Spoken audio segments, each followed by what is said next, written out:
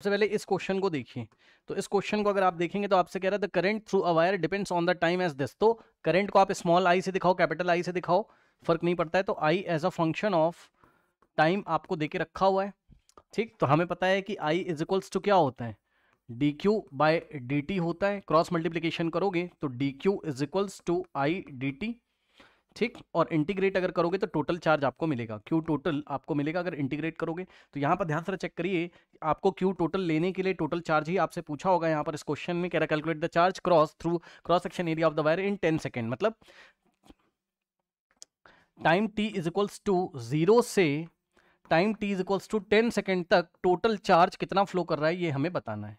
Time T is equal to 0 से time T is equal to 10 second तक, है ना। तो इंटीग्रेशन की जो लिमिट्स आपकी लगेंगी वो 0 टू 10 सेकंड लगेंगी, बिकॉज आई की जगह आप क्या रखोगे, आई की जगह ये वाला वैल्यू आप रखोगे एम्पियर में, 2 + 3t, ठीक है, 2 + 3t। और ऑपरेटर है यहाँ पर dt, ये इस तरीके से, ठीक। चेक कर लीजिए। अब आप यहाँ पर क्या करेंगे, इंटीग्रेट आप करेंगे, ठीक है ना।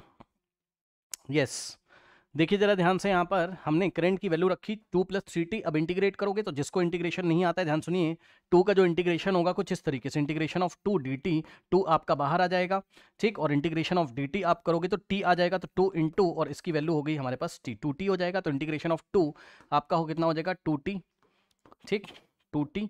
और प्लस 3t का इंटीग्रेशन कितना होगा वो मैं यहाँ करके दिखा दे रहा हूँ। इंटीग्रेशन ऑफ 3t dt अगर आप करते तो 3 आपका बाहर आता, इंटीग्रेशन ऑफ t dt, तो 3 इंटू इंटीग्रेशन ऑफ t की पावर में 1 ऐड कर देते, तो पावर 1 है तो 1 + 1 2, और जो आता पावर में उसी से हम डिवाइड करते, तो 3/2t² आ जाता।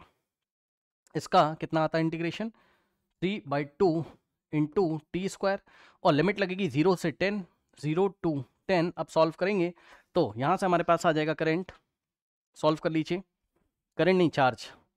तो यहाँ से आएगा, ध्यान सुनिए, upper limit minus lower limit, है ना। तो हम क्या करेंगे, पहले इस पूरे में हम कितना रखेंगे, जहाँ जहाँ टी है हम 10 रखेंगे, तो 2 × 10, सो 2 × 10 और प्लस 3/2 इंटू टी की जगह हम 10 रखेंगे तो 10 का स्क्वायर, और माइनस लोअर लिमिट आप इसकी जगह 0 रखोगे तो ये पूरा आपका 0 हो जाएगा, तो वो मैंने नहीं लिखा लोअर लिमिट में, है ना।